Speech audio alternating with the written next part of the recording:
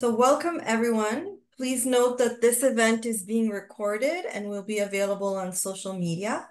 Please remain muted during the entire event. At this time, I ask you to turn off your video to maximize the quality of the recording. Only the readers and hosts will have video on. To maximize your viewing, click on Speaker View at the top right-hand corner. Benvenuti a tutti. Si noti che questo evento sarà registrato e sarà disponibile sui social media. Si prega di disattivare il vostro microfono per tutta la durata dell'evento. In questo momento vi chiediamo anche di disattivare il vostro video per massimizzare la qualità della registrazione. Solo i partecipanti e gli host avranno il video attivo. Per massimizzare la visualizzazione, cliccate su Speaker View in alto a destra. Grazie. I would like to thank you all for joining us today. Buongiorno a tutti, benvenuti. My name is Christine Sansalone, and I am the host of this event. The AICW is pleased to present the first event of this series, A Feast of Creativity, Readings by Established AICW Writers. Benvenuti a tutti e grazie di essere qui. L'Associazione di Scrittori e Scrittrici Italo-Canadesi è lieta di presentare il primo evento della serie dedicato ai nostri autori di successo. I recognize that we are all on different territories at this time, but I wanted to take a moment to acknowledge that I am located on unceded Indigenous lands of the Atikamekw, Anishinaabe, and Wanapitei First Nations. The Association of Italian Canadian Writers acknowledges them and other nations who care for the land across our country, and we pay our respects to Canada's first storytellers. Today we will listen to Silvia Falsaperla, Carmelo Militano, Adriana Davies, Rosanna Micelotta Battigelli, and Darlene Madott. Each reader will have 12 minutes at their disposal. Feel free to type any comments on the chat. We will give you the opportunity to ask questions at the end of the event. With no further ado, I'm going to call to the mic our first speaker, Silvia Falsaperla. Silvia is a graduate of the University of Toronto. She has published poetry and prose in Canadian and American literary journals and anthologies. She was one of the winners of the Accenti Writing Contest 2020, Venera Fazio Poetry Contest 2021, Venera Fazio Poetry Contest 2022, Carmen Ziolkowski Poetry Prize in 2023, as well as an honorable mention in the Ontario Poetry Society's Provoked by Places contest in 2022. Her poems have been translated into Italian, Spanish, and Japanese. A hybrid collection of poetry and short stories is forthcoming from Legas Publishing. Thank you, Silvia, for speaking today. I've turned on my video. Can everyone see me? Yes, we can. Okay. Can everyone hear me? Yes. Okay. All right. We can see and hear you. Okay. All right. Now let me go to my.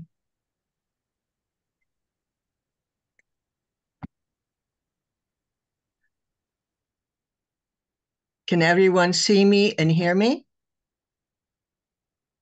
Hello? Yes, we can. We can see you and hear you. Okay. All right. All right. Well, good afternoon. I would like to thank the AICW and Christine Sansalone for organizing these readings. This is a Toronto story. There is such a genre as Southern Ontario Gothic, but this story leans, or hopes to lean anyway, towards Toronto Gothic, if there is such a genre, but here we go. Denizens of Isabella Street. Rain always avoided Isabella Street on a sunny October afternoon on her way to YXZ Books on Yonge Street to pick up a secondhand copy of Flannery O'Connor's Everything That Rises Must Converge. She thought she had turned onto Charles Street when she realized it was Isabella instead. She found it a depressing street of nondescript apartment buildings with weirdos and down and outs that paraded up and down the street, it seemed, every time she mistakenly took the wrong turn. The leaves of the trees were turning autumn colors, and pale begonias still bloomed. There was a nip in the air announcing the coming winter. Approaching the Young Street intersection in her light puffer jacket and a newsboy hat, she saw pigeons on top of a high wire mesh fence. Not just two or three, but a long line of pigeons, until she saw hundreds of them. I'm connected. This is okay. Until she saw, I'm sorry, I'm hearing people speak. So I will continue, I'm sorry. Approaching the Young Street intersection in her light puffer jacket and a newsboy hat, she saw pigeons perched on top of a high wire mesh fence. Not just two or three, but a long line of pigeons until she saw hundreds of them perched and crowded on the branches of the trees within the wire mesh enclosure. Rain's eyes widened in astonishment. She stopped in her tracks and stood looking at the huge congregation of pigeons as if she had entered a tropical jungle scene teeming with bird life. A man in a black coat and a loose gray scarf walking up the street from Young stopped in front of Rain, staring at the multitude. "Lots of pigeons, eh?" he said. "Yes," replied Rain. "Why so many in one spot? What's the attraction?" "Oh, a girl comes every other day to feed them," he said. The man appeared to be in his late 40s. His reddish blonde, short-cropped hair sparkled in the sunlight. Rain looked at the diamond stud on one of his earlobes, surmising he might be gay, as he continued talking about the girl who seemed a kind of fixture on Isabella Street. She used to come with her father. He was an animal lover, but he died recently, so she has taken over for him. As soon as she turns the corner with her cart full of bird feed, they all fly towards her.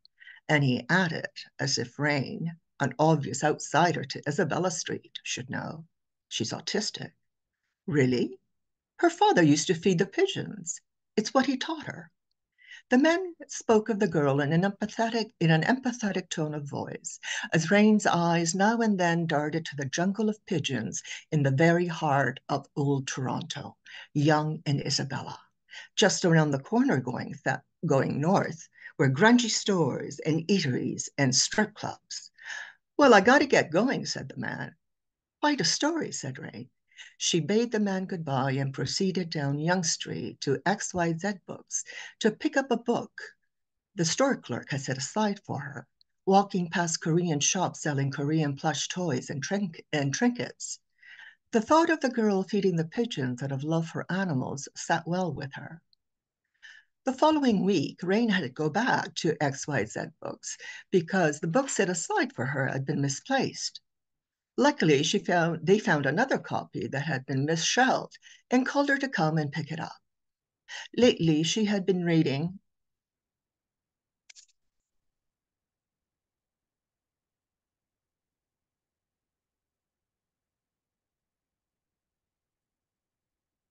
Sorry, I lost my place. It just disappeared on me.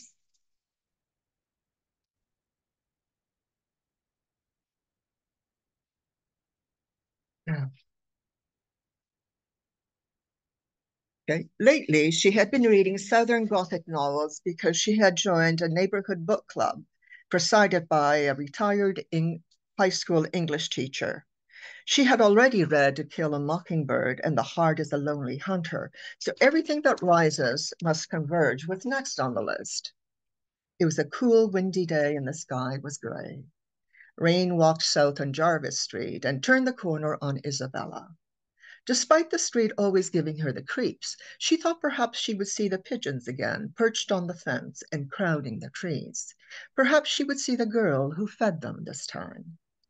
Approaching the high wire mesh fence, she heard pigeons cooing and warbling. They were perched on top of the fence and on the branches of the trees within the enclosure. There was a fair amount, not multitudes like before, and they seemed to be waiting, the waiting that trusting animals know how to do. A woman walking up from Young Street dragging a shopping buggy behind her, stopped where Rain was standing in front of the fence. "Isn't that something?" Rain said to her, hoping to engage in conversation, expecting a positive reply for such an astonishing sight. The woman appeared to be in her early 70s and wore an old shabby brown coat that she could have found at a Salvation Army store, with big buttons at the front and a knitted beige beret on her head, pinned down with bobby pins. "Something," she repeated in a mocking and irritated tone of voice. "I think it's disgusting. Look at all the bird shit." Rain looked at the fence and then at the ground, both extensively stained with white splotches of pigeon droppings. Adjacent to the pigeon colony was a red brick building with large windows, a long porch, and a wide stairway, the only new and attractive building that stood out on Isabella. She didn't know whether it was an apartment building or a social service building, but surmised its tenants or workers tolerated, or at least didn't mind, their invasive and excreting avian neighbors next door. "Do you know the bacteria in pigeon shit?" the woman asked, her eyes bugging out, the cold blue irises aflame with exasperation and anger. "No, not really," replied Rain. "I've never looked it up. There are 3 different types of bacteria in pigeon shit. Cryptococcus, psittacosis, and she couldn't remember the third, but continued railing, frothing at the mouth, her teeth yellow, not one tuft of hair sticking out of a beret that looked like a deflated balloon. "Do you see the sign on the fence? It reads, 'Do not feed the pigeons.' That's the 3rd time the city's put up the sign. She tore down the first 2. She's breaking the law." "I heard she's autistic," said Rain. "Autistic? That's baloney," the woman fired back. "A man the other day told me she's autistic, not fully aware of the world, you know," explained Rain. "She come here with her father to feed the pigeons. The man said he loved animals." "That man wasn't her father. He was an old guy she met in one of those seedy restaurants down the street. Her father, right, and pigs can fly." "You mean it was her boyfriend?" "Yeah, well, whatever," the woman said mockingly, rolling her eyes, insinuating the girl was no innocent waif living in an autistic world of her own, but a street girl involved with a much older man that could have been her father. "I've called the city many times, you know, about the pigeons, the shit, the bacteria," the woman went on. "Pigeons take shelter and shit on the balconies of these buildings here on the street." The woman looked across the street and pointed to the buildings with her hand. "I should know. I'm a superintendent. People complain." "Yeah, I guess then she's breaking the law," said Rain, surprised and baffled at hearing an entirely different story from this woman's superintendent. Pigeon girl, the lawbreaker, feeding and attracting hordes of pigeons which excrete prodigiously, polluting and spreading disease. Not like the first story related by the red-headed man with the diamond stud on his earlobe, one of the autistic girl taking over the father's noble task of feeding the pigeons out of love for animals. "Gotta get going now," puffed the woman, trundling off with her shopping buggy, presumably to one of the buildings she was superintendent of. Rain didn't know whose story to believe, the red-headed man's or the woman's superintendent's. She turned the corner on Young and walked south to XYZ Books to pick up her book, thinking that there was no dearth of crazy people in downtown Toronto, especially on that stretch of Yonge Street from Isabella, Wellesley, and Dundas all the way down to Queen Street. October morphed into November. Rain was riding her bike on Bloor Street East with a bag of groceries in the rear basket when she decided to turn south on Jarvis and then turn right on Isabella. She thought she'd see the jungle pigeons one last time before winter set in. 2 weeks had passed since her encounter with the sharp-tongued woman superintendent. From a distance, Rain saw a flurry of wings flapping in the air. The flocks had gathered. She stopped by the edge of the road in front of the high wire mesh fence without getting off her bike. There she was, the pigeon girl. She stood beside her wooden cart with 4 little wheels loaded with a big bag of bird feed. She wore an old gray duffel coat and a pea green toque with a golf ball sized pom-pom on top. Swarms of pigeons crowded the scene, perched on top of the fence and on the branches of the trees inside the enclosure. Pigeons pecking at the bird feed on the ground. Pigeons cooing, gurgling, moving pigeon-like. Pigeons feeding from the girl's hands, 2 perched on her shoulder and 1 on her head. Finally, the girl turned around and Rain had a good look at her. She was a young woman in her 20s with Slavic features and strands of blonde hair poking out of her toque. She shook her hands free, sending the 2 pigeons feeding on her heads flying into the air, and pulled out a half-empty bag of Wonder Bread from the deep pocket of her duffel coat. She then broke the white slices into pieces and threw them on the ground, a flagrant disregard for the sign on the fence that in block letters said, "Warning, do not feed the pigeons." Immediately, the pigeons on the fence and in the trees flew en masse to feast on the scattered pieces of bread, 2 pigeons landing back on the girl's shoulders. Rain noticed how big all the pigeons were, bigger than regular pigeons who colonized less plentiful corners of the city. Rain mounted the sidewalk, straddled on her bike, and inched forward, autumn leaves crackling under the wheels. Perhaps it was a bold move, a step too close to the feeding ground. The girl slid a few steps towards Rain and hissed at her like a cat, 2 hands lifted up to her mouth in attack and scratch cat mode. Then, as if in a trance, she slid back towards her cart, dipped her hand into a bag of bird feed, and held them out, cupped with seeds, to which pigeons flew, pecking at the seeds in ceaseless robotic motion. She started to hum, a sustained hum, as if humming a hymn, then humming louder, uttering what sounded like a Russian incantation, while the pigeons cooed and gurgled deep-throated, in communion with their benefactor, these fat gray pigeons, their hypnotic eyes yellow-rimmed. World be damned. Thank you. That is all. Thank you, Silvia. Thank you very much. Our next speaker is Carmelo Militano. Carmelo is the author of 3 books of poetry and 5 books of prose. He is the winner of the F.G. Brestani Award for Poetry, and his prose works have been shortlisted for several literary prizes. Militano's literary journalism and reviews have appeared in journals across Canada.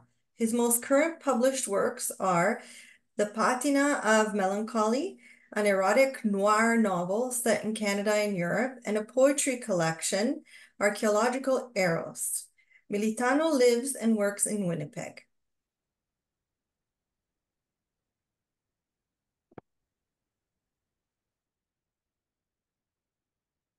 Carmelo, we can't hear you. Your mic is off. I'm okay. I'm unmuted now. So this is the Patina Melancholy, which I'll be reading from. Was published in 222, and this is my latest work, a poetry collection of a mixed bag of things, Italian flavored and other stuff. And this is Archeologia Eros. Actually, see archaeology, the word archaeology in Italian. I'm not going to read from that.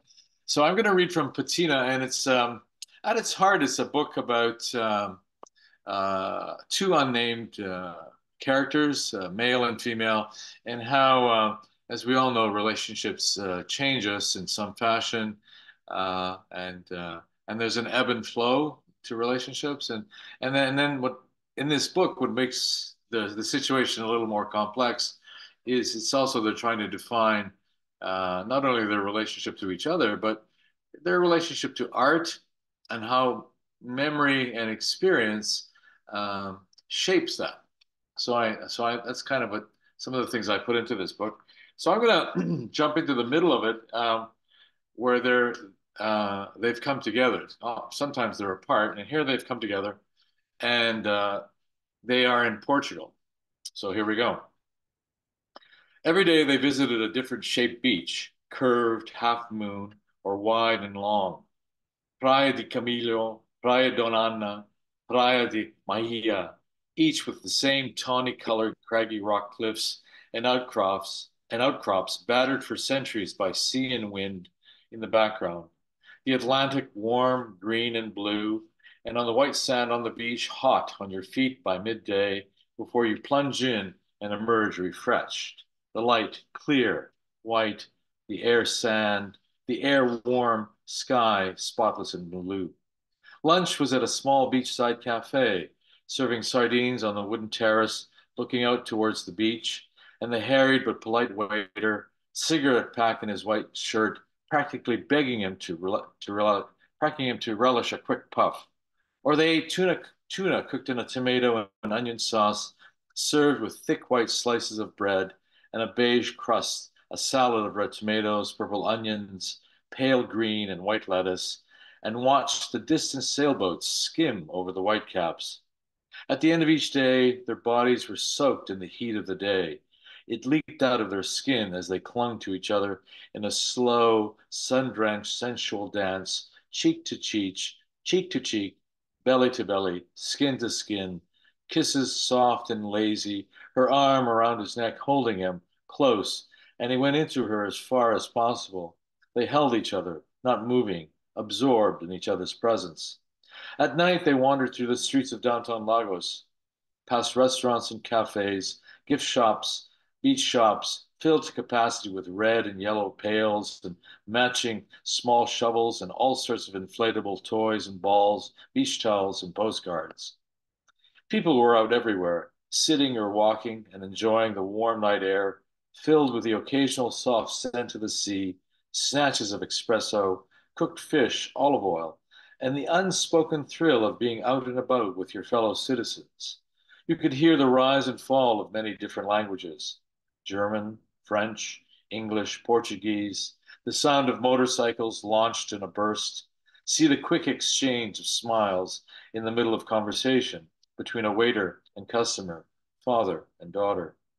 It felt like they were coming back to themselves, to begin again each day and night open, slow and simple, uncluttered, and centered around the sea and sun and a walk before and after dinner. He felt they understood each other's stories together. They were creating new ones. Liberated from their individual solitude, they returned to a new beginning and a new connection. They felt they could be more themselves, or at the very least, connect to a part of their identity that had been lost in the mad rush to be artists. It was not just it was not so much finding or creating something new. It was actually seeing what was always there, but for 1,000 different reasons, stretching all the way back to childhood, they had both neglected. Thus, he felt a different current exchanged between them. It was neither good or virtuous, generous or soulful. It was simply passion for life, for themselves, and time stood still for a while. So then we shift the narrative here, and we focus on her. Who are the lovers, she wonders? Paris and Helen, Cleopatra and Mark Antony, Dante and Beatrice, Romeo and Juliet, Elizabeth Barrett and Robert Browning, Henry Miller and Anais Nin, D.H. Lawrence and Freda. She quotes Virginia Woolf. Do they have, like me, a hidden, articulate desire for something beyond daily life? Does love solve the problem of meaning? Shortly after the return from Portugal, he learned about Angelina. She showed him the nude painting of Angelina she was finishing. She told him not to worry and kissed him. Angelina was like a fading echo to her with each passing day. He thought it was an odd way to express her feelings about Angelina at first, but perhaps she was right. Feelings for someone do not so much disappear as they lose their capacity to be strongly felt or heard. Her reassurance did not prevent him for a flash of suspicion and jealousy. Grief is another matter. It lingers way past its expiry date. What surprised him was how his sadness pulsed with anger. Angry at her for leaving him, angry at his inability to hold her to him, anger he was not able to express his will, announce his jealousy for fear of appearing petty. It is a year since the COVID-19 epidemic was announced. His best guess is that she is trapped in Paris. He recalls the two of them trying to recover the life of Anais Nin in Paris, Nin's lovers, her friends, her houseboat. He now realizes the only way they truly loved each other was through a passion for lost lovers, a passion that had once flared that brief shining moment before they settled into the business of living day to day. They became archaeologists of the heart, their own and the city and its artists. He is now caught between the present and the past with her. She is a goddess from the past. The fiery heat of passion transformed into smoldering ash. She asked him to undress one day, but to keep his shirt on. I want to sit on the balcony and have a smoke first, she announced. She also undressed and kept her panties on. She glanced down at her exposed breasts, then over at his erection and said, maybe we'll give the neighbors a thrill, and grinned. They sat on a small wooden table beside a round glass cafe table on her balcony. It was trimmed with black iron. A hot afternoon in August, the river below, motionless, wide, muddy green, and shaped like the bottom part of an S, before heading straight north. The green tops of elms and oak trees, still and endless towards the horizon. She crossed her legs, one arm tucked under the other, and tucked one arm under the other, her glass of white wine on the table in front of her, and in her other hand a cigarette. He sat across from her and sipped his glass of beer, the gold color of the beer, the only bright spot on the table on a vacant balcony. Tell me something about you, he asked. Still life with beer, she replied, and smiled. And that's it.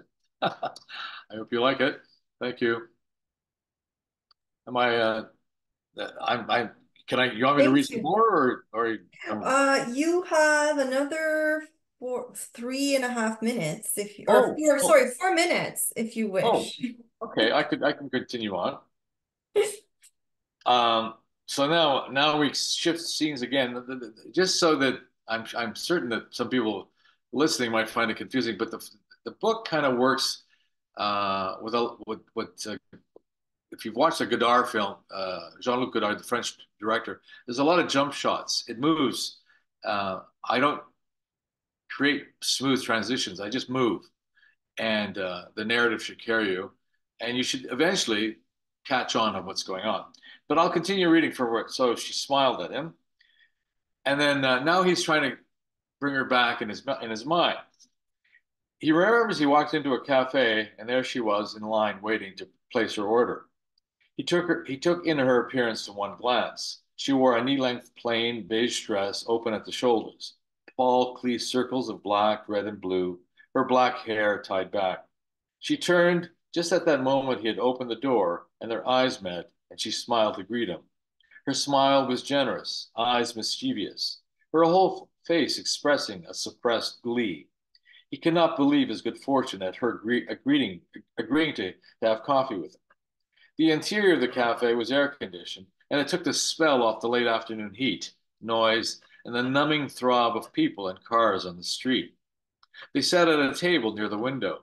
Sunlight bounced off the street, sidewalk, and car chrome in all directions. The heat outside was oppressive, but here she sat across from him, sipping her double black espresso. Why drink coffee if it does not give you a jolt, she said, composed and animated. She was fun to watch and pay attention to, her face and hands expressive, furious and uninhibited. She snarled at a woman who had stared at her as she sat down. She continued to look at the woman with a withering look of contempt after she seated herself across from him. He did not know the cause of the exchange, and she did not bother to tell him. The woman looked away, then sighed her purse, and eventually moved to another table. She worked for the federal government in the immigration department nearby.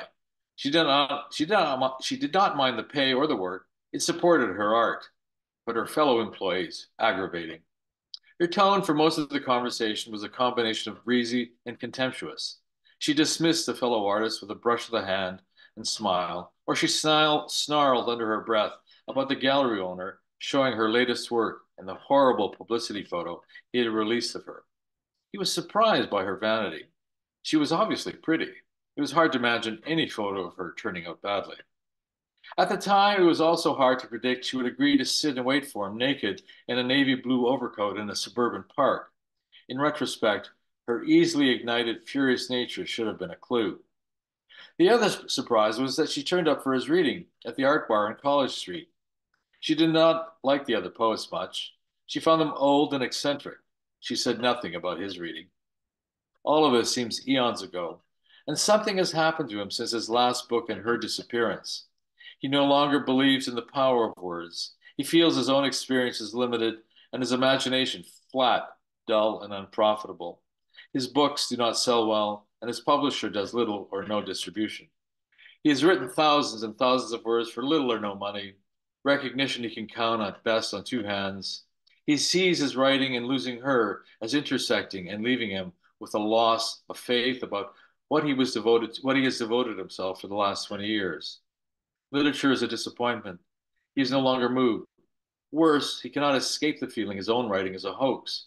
He has learned tricks on how to represent reality, to create and use poetic language, pick up and use the emotions of other writers who somehow have continued to believe that what they are doing is significant.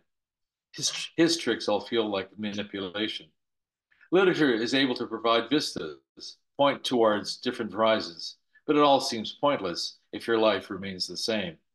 You're moved, your throat is gripped with emotion, and you put the book down after your partner repeatedly asks you to throw out the garbage with a tone that is exasperated at your indolence.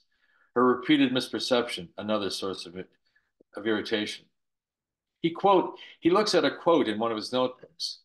Only the best art can order the chaotic tumble of events. Only the best can realign chaos to suggest both the chaos and the order it will become. Everything, however, for him is in flux, and art is one way of shaping and holding the moments and making a coherent whole. But what he is really after in his relationship is his relationship to life itself, to understand himself and his experience. In fact, to understand and order his experience in chaos seems to be the Carmelo, whole. your time is up now. Sorry. I'll just finish the sentence. Okay, yeah. It seems to be the whole point of writing. Thank you. Thank you for Thank telling you. me. Thank you. Thank you very much, Carmelo. Our next speaker is Adriana Davies, who was born in Grimaldi, Cosenza, Italy, and grew up in Edmonton, Canada. She received her BA and MA degrees from the University of Alberta and a PhD from the University of London, England.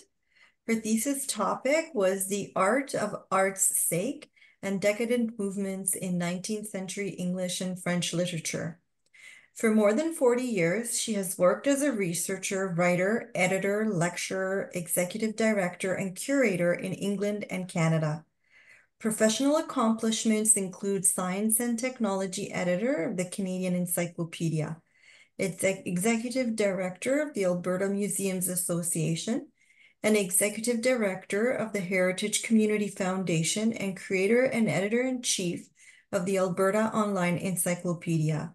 She has also had a successful consulting practice. Dr. Davies has a range of publications, including authoring about 1/3 of the entries for the Collins Encyclopedia of Antiques, Dictionary of British Portraiture. Her most recent publications are the critical biography From Realism to Abstraction, The Art of J.B. Taylor, The Rise and Fall of Emilio Picariello, The Frontier of Patriotism, Alberta and the First World War, From Sojourners to Citizens, Alberta's Italian History, and My Theater of Memory, A Life in Words. Thanks so much, Christine. I'm delighted to take part in this reading. I am going to read from My Theater of Memory, A Life in Words, and from one chapter, which I called My Encounter with Leonard Cohen. In 1966-67, I was a graduate student and doing a Victorian poetry course with renowned Canadian poet Eli Mandel, and we had become friends. And after the course, in the evening, we would call Canadian authors. And one evening we called Eli and invited him to come to Edmonton. He had just written Beautiful Losers. In spite of my traditional Italian upbringing, I was not a prude and had read D.H. Lawrence and cult writers of the period, including Ernest Hemingway, John Barth, John Updike, Lawrence Durrell, Henry Miller, Irving Stone, Anthony Burgess, Edward Albee, Vladimir Nabokov, Mary McCarthy, Anais Nin, Gore Vidal, Frank Herbert, and many others. This was my free reading and not my academic life, which was quite separate. Eli, during the year that I took his graduate course, separated from his wife Miriam. He did not talk about the cause of the separation with me, but from department gossip, I heard that Miriam was high-strung and suffered from depression. I think that Eli had also fallen in love with Anne Hardy, one of the graduate students in the department. She was an exotic and unusual young woman in her mid-20s. She had an hourglass figure and bleached blonde hair and was rather thin. I believe that her father was a professor, but didn't know the family. Anne seemed very sophisticated and cosmopolitan in comparison to the other female students. I think that she loved the fact that Eli was an established poet and enjoyed being part of the Canlit scene. Eli moved into an apartment downtown, and it became a ritual that after the graduate class ended, 5 or 6 of the students would gather at his apartment to talk about Tennyson and Browning, the subjects of the course, and also Canlit. Beer and wine were consumed, though not much by me, since having grown up with wine at the table for festivities, I didn't consider it taboo and therefore had no great desire to drink. I didn't like the fact that it made me lightheaded and not in control. Eli took great pleasure in discovering culinary treats. One was pickles from a Jewish deli and sharing them with us. Some evenings we called poets whom Eli knew, and I remember a failed attempt to contact Lawrence Ferlinghetti in the US. We did succeed in reaching Leonard Cohen one evening, and we all spoke to him. Eli had mentioned that he was on a grants jury, I believe Canada Council, that had given Leonard funding and knew him well. Perhaps it was their Jewishness that also drew them together, as it did with Irving Layton. In 1969, Eli wrote an essay on his work. We invited Leonard to come to Edmonton, and he mentioned that his publishers, McLennan Stewart, were sending him on a book tour to publicize his new book, Beautiful Losers. To prepare for Leonard's visit, I purchased and read his earlier novel, The Favorite Game, published in 1963, and also his books of poetry, The Spice Box of Earth, Flowers for Hitler, Let Us Compare Mythologies, and Parasites of Heaven. I also remember in this period seeing the documentary Ladies and Gentlemen, Mr. Leonard Cohen on CBC. I watched it with my mother and was utterly captivated by him. On the weekends, I would leave my residence at the university and spend time at home with my parents. I don't know what my mother made of it. She was a typical Italian housewife whose interest did not extend to poetry, but she loved me and was proud that I was excelling at my studies. And I think did it to humor me. In the documentary, Leonard is teasing and controlling and plays the part of the poet as enfant terrible. I think that is what attracted the documentarians. He was not only handsome, but he also dominated a room with his clever repartee. I also wrote for the Gateway, which was the student newspaper, and it was a buzz with Leonard's upcoming visit. The November 18th, 1966 edition of the paper had a review titled, Cohen's Pornographic Novel Comes Out a Beautiful Winner. The November 25th issue had a photo of Leonard and his lover Marianne posed with strange puppet figures with the headline, Cohen is Coming. The day of the readings, Tuesday, November 29th, was cold. In mid-afternoon, I rushed from a class in the Education Building to the Tory Lecture Theatre, known familiarly as the Tory Turtle for its shape. The winter wind stung my face as it swept along Saskatchewan Drive on the south crest of the river valley. I was afraid I was going to be late and rushed into the entrance where I saw Eli talking to Leonard, who was lounging against the rock wall of the entry, dressed in black slacks and black rolled neck polo sweater. I greeted Eli and he introduced me to Leonard, referring to me as one of his brightest graduate students. I was already out of breath, but the beauty of the slim man with his dark curly hair and fine boned hands stunned me. I mumbled something about loving his poetry and comparing it to the poetry of Baudelaire and Rimbaud. He said that he was pleased to meet me and was flattered to have his poetry compared to that of these great poets. We then entered the bowl-shaped lecture theater, which was full of students. Eli introduced Leonard, and I remember him doing various readings from his poetry books and novels. When he switched to reading excerpts from Beautiful Losers, there was a stir in the room and a sense of unease. Having read the book, I knew how outrageous it was with its explicit eroticism, both hetero and homosexual. I was captivated by his voice and watched as more and more students left, as the material he read affronted their sensibilities, religious beliefs, or both. While a strict Catholic, somehow I could accept all types of behavior in literature, perhaps literally undergoing a suspension of disbelief.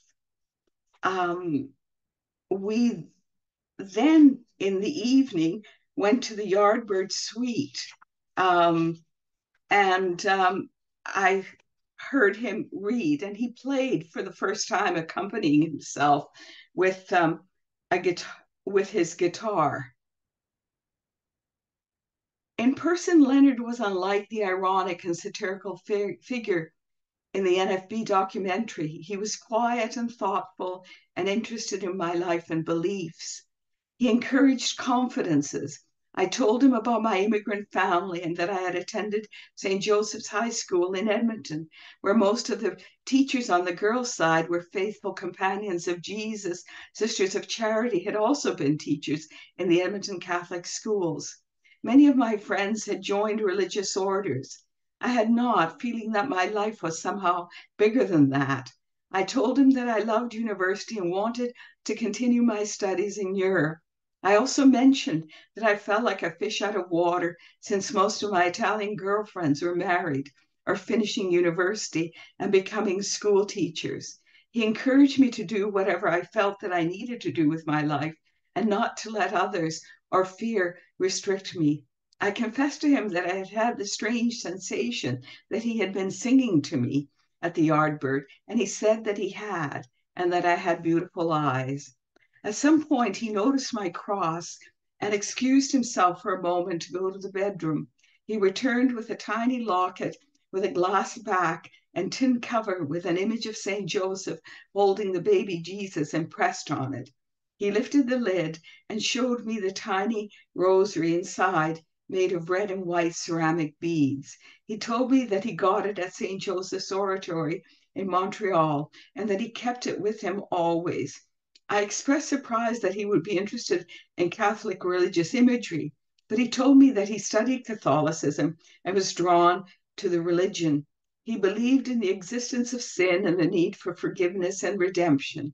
I told him of my interest in comparative religion and that I took a graduate course in Victorian thought.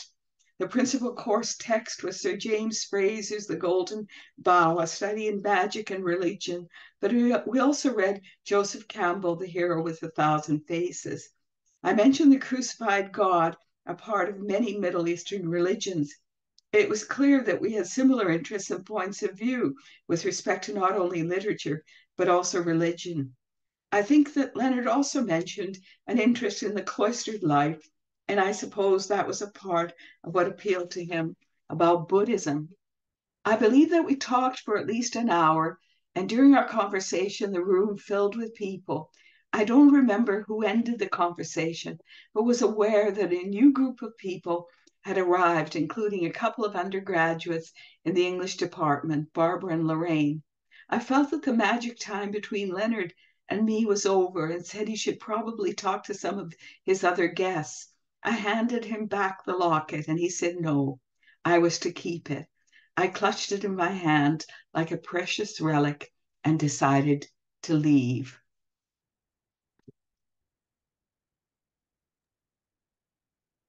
Thank you very much, Adriana.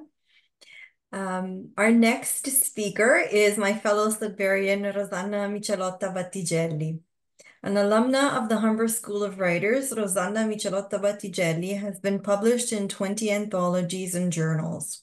La Brigantessa received gold for historical fiction in the 2019 IPI Book Awards and was a finalist for the 2019 Canadian Authors Association Fred Kerner Book Award and the 2019 Northern Lit Award.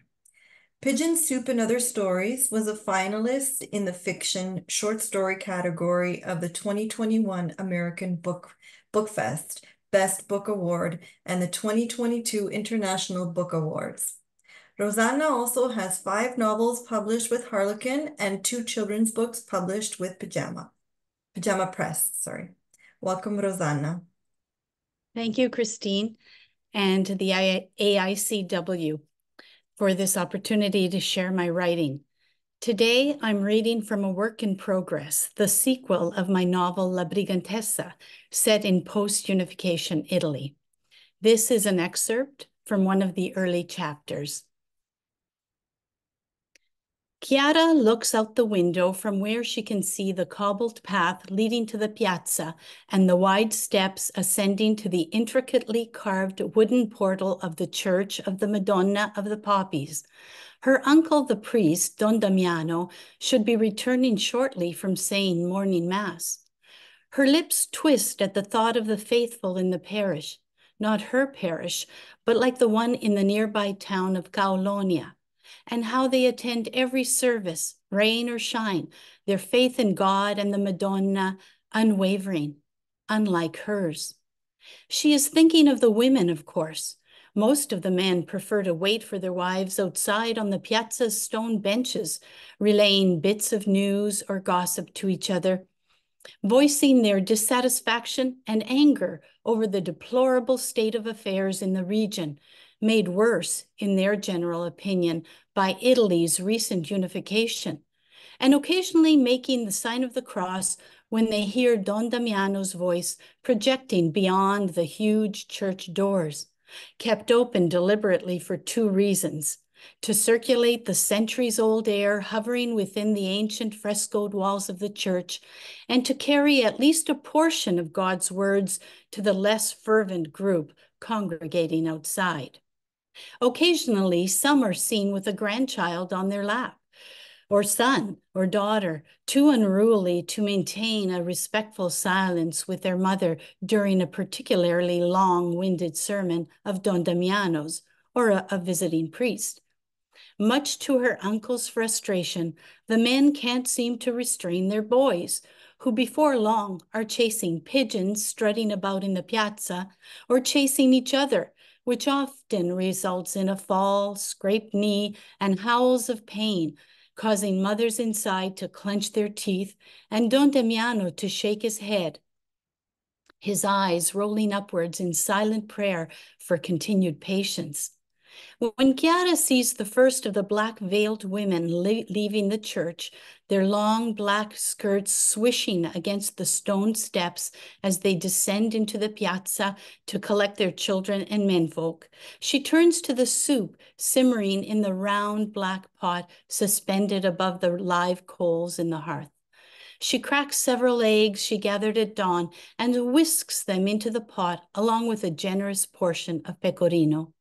The hens and the sheep provide well for them, along with the milk goat and the pig, which will, in the cooler month of November, be slaughtered, its meat serving them and the neighbors, helping them for months. Chiara's nostrils take in the earthy scent of the wild asparagus soup, her uncle's favorite.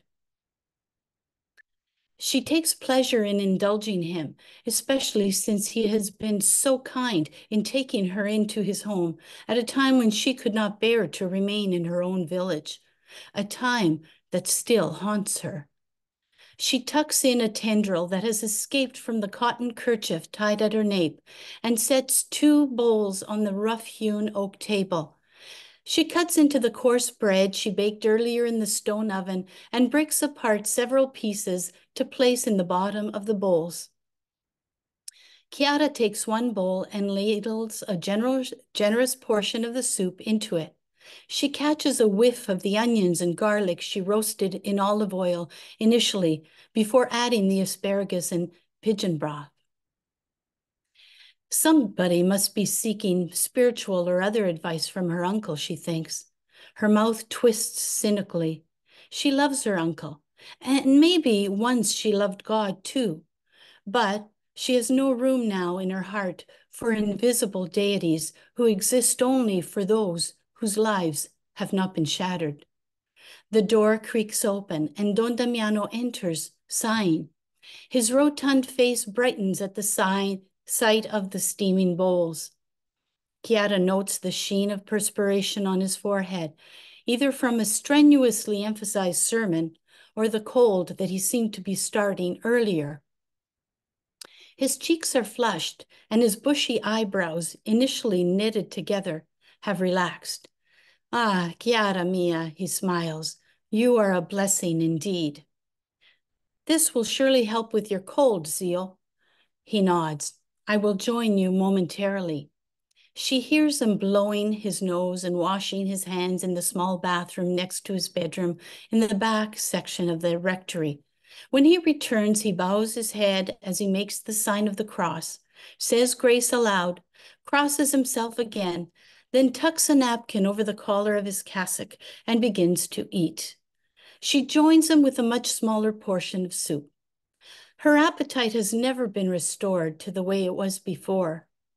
As a result, the curves that many a man had noticed before in her village, she had certainly been aware of their barely concealed admiration, even after she was married, have diminished. She has had to take in all her clothes by hand. Her face, she knows, has lost its heart-shaped wholesomeness and is slimmer, her cheekbones more pronounced.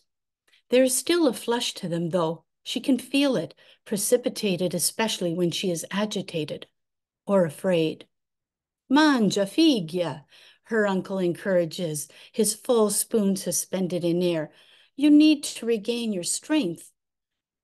Chiara gives him a wan smile. He says this at every meal, and she does not typically respond, usually diverting his attention by mentioning the imminent rain shower or a problem besieging any one of their neighbors, which is a steady occurrence given the troubled times. The child of Peppino and Grazia is sick with the malaria, she says now. It's not enough that their older boy is reduced to a pile of bones and can't manage to carry even a stick of wood. Now this one. I thought the boy's face had a yellow tinge to it when I saw him last week, Don Damiano says, nodding. Poverino. Poor parents, too. He'll be added to my daily prayers. He lowers his head to finish his soup. Grazie, cara. I am blessed to have you here with me. Chiara bites her lip, his softly uttered words cutting into her heart. There is only one reason why her uncle is blessed with her presence, and that is Colonel Michele Russo's doing, the day he sent his men to trap the brigands of the Malvasino band, one of whom was her beloved husband Giacomo.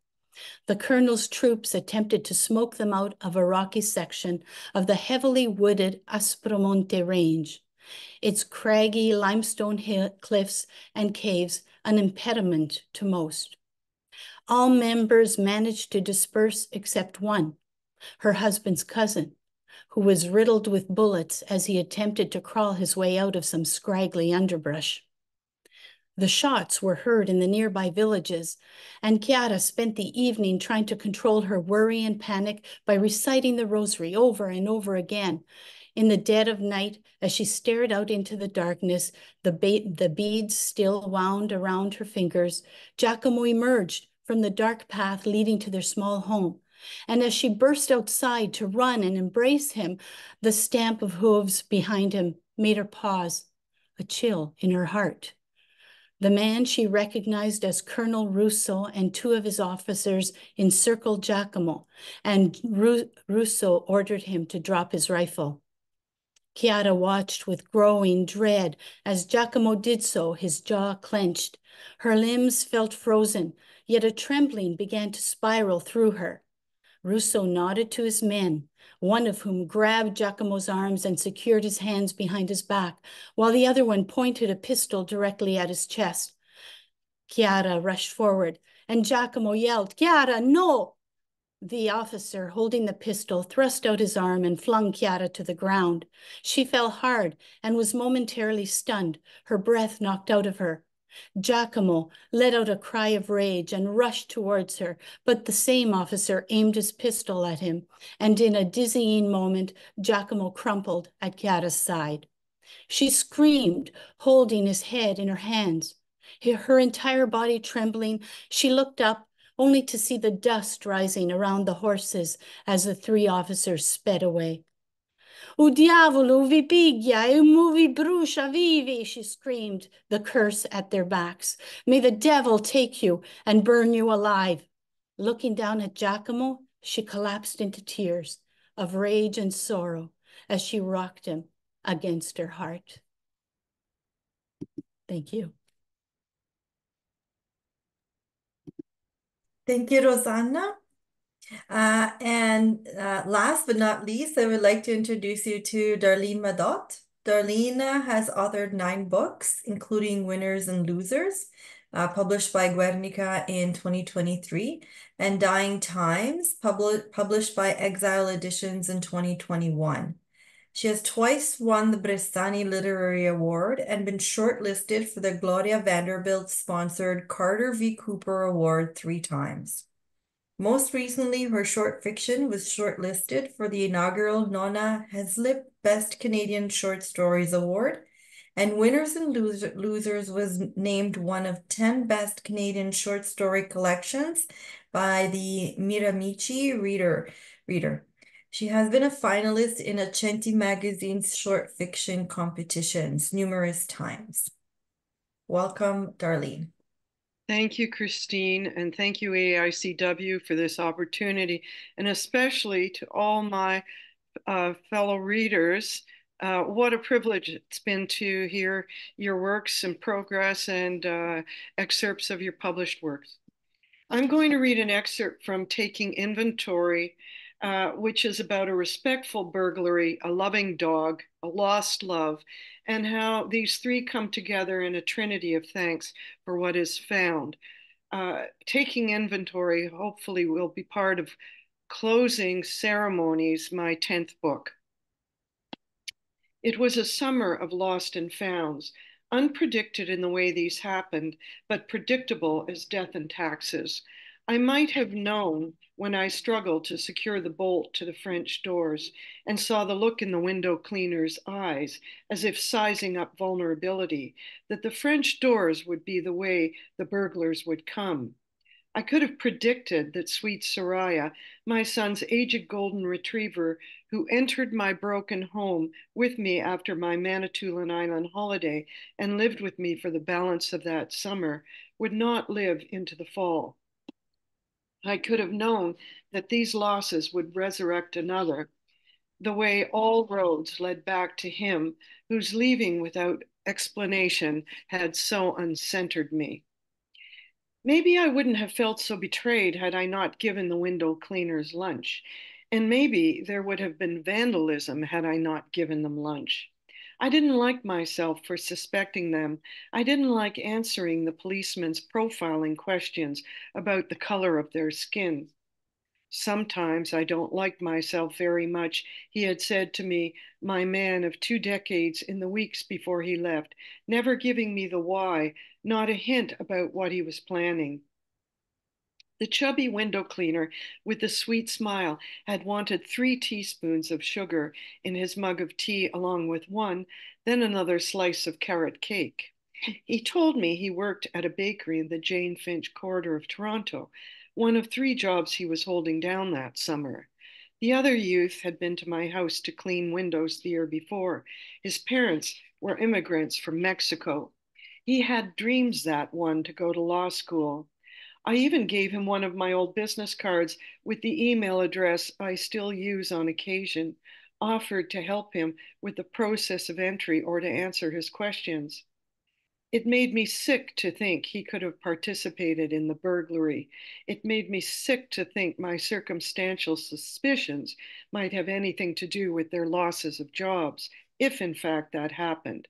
Collateral potentialities I never followed up on, intending never to use this window cleaning service again. Maybe the burglars were true professionals. Maybe the youth with the sweet tooth was the link, gave out my address to other youths in his hood. It was just too coincidental. My neighbor phoned to tell me, "You've been broken into, robbed." I was just settling down with a cup of tea on the porch of the bed and breakfast. It would have been cognac, but I had given up on drinking that summer, trying to exert control over what little I could control. I was looking out at a glorious Manitoulin Island sunset when I saw her name come up on my iPhone, harbinger of disaster. My bearer of bad news had gone to water my hanging plants at the back of the house when she saw the French doors ajar. "You're kidding me." "No, I'm not kidding." The neighbor was still at the house when my son arrived and phoned me. "Ma, your respectful burglars have no taste. They didn't take your expensive olive oil and balsamic vinegar." He made me laugh. He sent the number of the police report and some pictures, after which I felt relieved.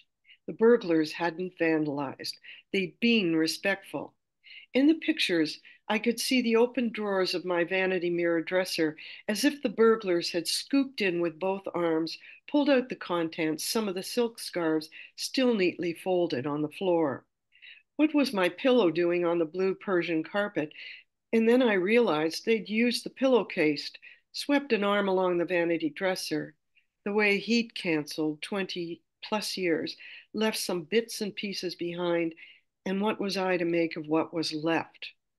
Working so quickly to get away, they'd missed necklaces still hanging off my late mother's antique lamp, the dark wood of the mirror frames and dresser surface glistening from 2 days of my post window and pre-holiday cleaning.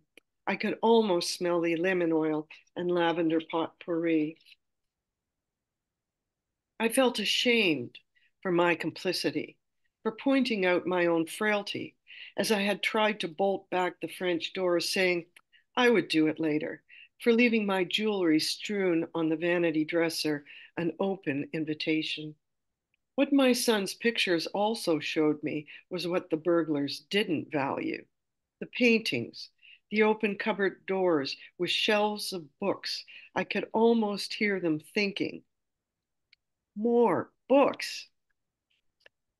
Silver locket containing late father's wartime photo given to my mother during the war. I was loved, I was intended by two persons who treasured each other through 67 years of marriage and 72 years of commitment, if you include the wartime correspondence years, the letters through which they courted. I was born in 1952, the middle child of three. To our parents, each one of us was special, a reflection of their love. I see it in my father's steadfast soldier pose, the right-handed salute that stood the test of time, contained in silver. My mother's chestnut eyes that stared into his from another portrait under eyelids sleepy with innocence. Her creamy face cradled by her natural curls as if framed by loving hands. Never did their love for each other wane. The burglars likely sold the locket to a jeweler in bulk with other stolen items for whatever the lot could fetch. The photos tossed into the garbage, the photos I carry in my mind's eye. No need for the thing. I came from love. The love that made me wasn't a thing. It couldn't be taken or stolen away. For this, I'm grateful. Vintage black vinyl with mother of pearl inlaid decorative chinoiserie jewelry, double drawer music box, oriental gold trim featuring small ballerina in glass compartment. It was a gift for my 10th birthday, along with Elizabeth Arden perfume that I sprayed into the pink plush at the ballerina's feet and could still smell whenever I opened the little glass door. I used to wind up the key of the music box and watch the ballerina pump and swirl, imagining my future and the man I would marry. He would be like my father, I my mother. Every week of my growing years, my parents had stepped out on a date night.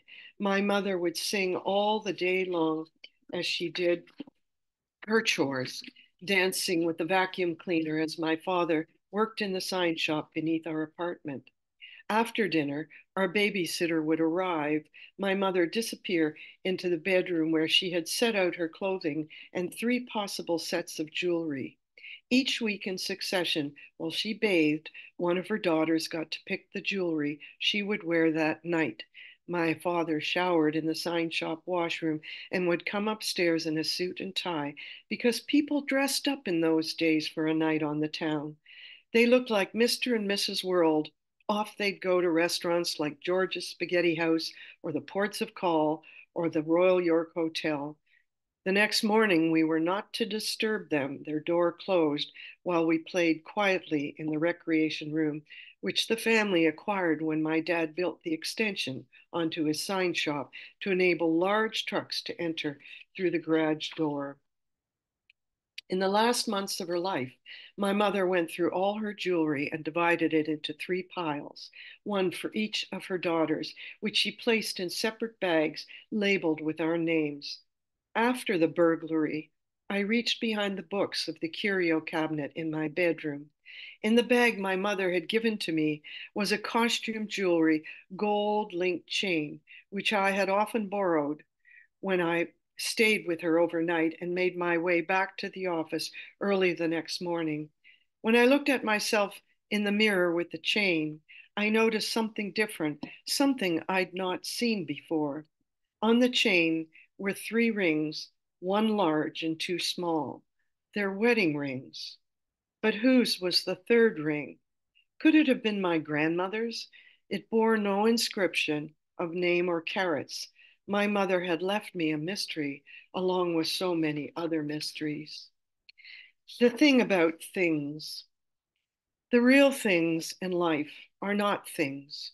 Yet we attach meaning and stories to things. We attach ourselves to things. Isn't that the way ghosts enter our rooms through the dark wood furniture purchased in antique shops? The things, the mystery of three rings on a chain. Why had my mother wanted to give me their three rings?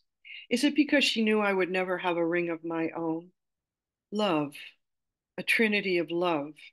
Throughout the day of my discovery, I wore the three rings, felt my parents' love upon me like a seal upon my heart, along with the mysterious ring of the unknown person from whom I might also be descended. I was intended. I was loved. I am loved. I am conjugated from love. For this, I am grateful. Thank you for listening. Thank you very much. I would like to thank all our writers today.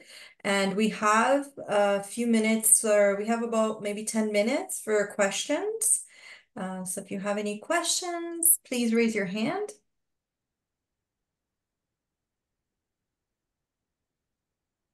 Or comments. Okay, Bruna? We can't hear you, Bruna. You're muted.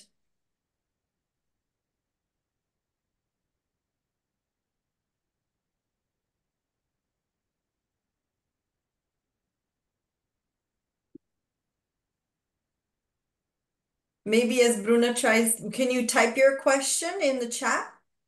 Bruna, can you type your question in the chat? Okay, so in the meantime, I will move on to Darlene. I think Darlene raised her hand. Darlene? Yes, thank you. Okay. Silvia, I was curious, is that the entire story or is it part of a collection or does it continue beyond the ending? It's quite fascinating and I was curious to know if we're going to get some more. Okay. Can you hear me? Yes. Yes, we can hear you. Well, I'm glad you like the story. No, it's by itself, but I'm very interested in Southern Gothic. I'm very interested in Flannery O'Connor and the idea of the weirdness that perhaps is not weirdness. Um, no, but there's another story, but it's not set in Italy. It's another Toronto story. Because the book that is coming out, my book that is coming out is a celebration of Sicily. So I'm concentrating now on stories about Toronto. Thank you. Bruna, I see now your mic is Yeah, I on. just wanted to Okay. say how excited I was to see everybody again. Amazing. You guys are great, and hope to see you soon somewhere. Hey, there's Thank you. Okay, do we have any other questions or comments? Yes, I have Carmelo? one. Yeah, I have one for Darlene. Uh, that story about your parents and the jewelry and the emotions we attach to objects. Um, is that a sort of a something you're trying to say about objects in general, or is this something specific within families? How did you process that for yourself before writing it? Well, it's based on something that really happened, a burglary. And I had to make an inventory of what was missing, which is very Right, of difficult to do.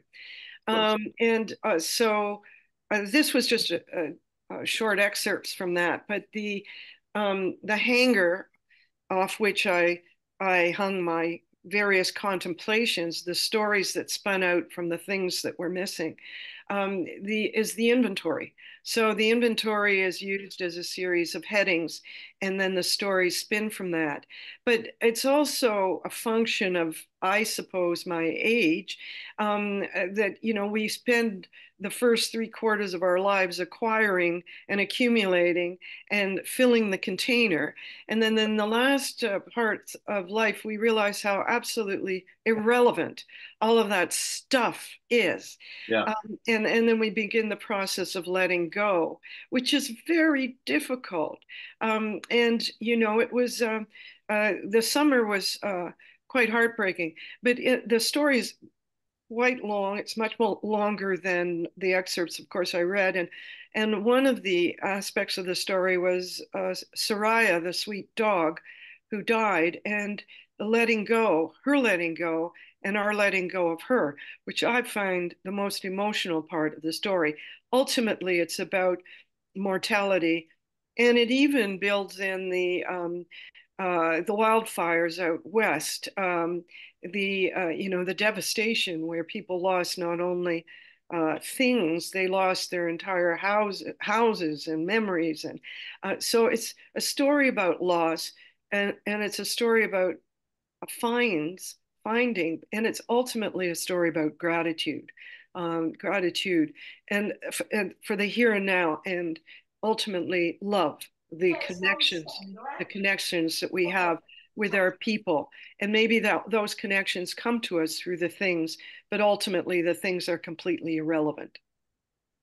Right. And yeah, I would and simply add that also the objects are, I think, at least for me, you hang on to things because they're connected to memory. yes. I mean, they have almost a talismanic significance. I'm Yeah. not saying that objects are irrelevant, but we imbue them with meaning. They don't have intrinsic meaning. Mhm. Um, Of course. Yeah. anyway, thank you for your comment. I, Oh, you're welcome. I find it's difficult to comment as I'm listening. So the chat is a little frustrating. So I'll comment to the individual writers separately from this forum. But I enjoyed everyone's readings. They were just so interesting. Thank you very much, everyone, for joining us today. This event was brought to you by the Association of Italian Canadian Writers, which is run by a group of volunteers. So we welcome donations at any time. Go to aicw.ca to donate and to find out more about our activities. I would like to remind you that our next event of the Established Writers Series will take place on Saturday, April 13th from 2 to 3:15 p.m. So I hope to see you all there. And I would also like to remind you that the deadline to submit proposals for our conference, our 19th biannual conference, is the end of this month. And it's going to be at York University and at the Columbus Center on September 27th and 28th of this year. So I hope to see you all in person at the conference in Toronto. And I hope to see you also at our next event of the Established Writers Series.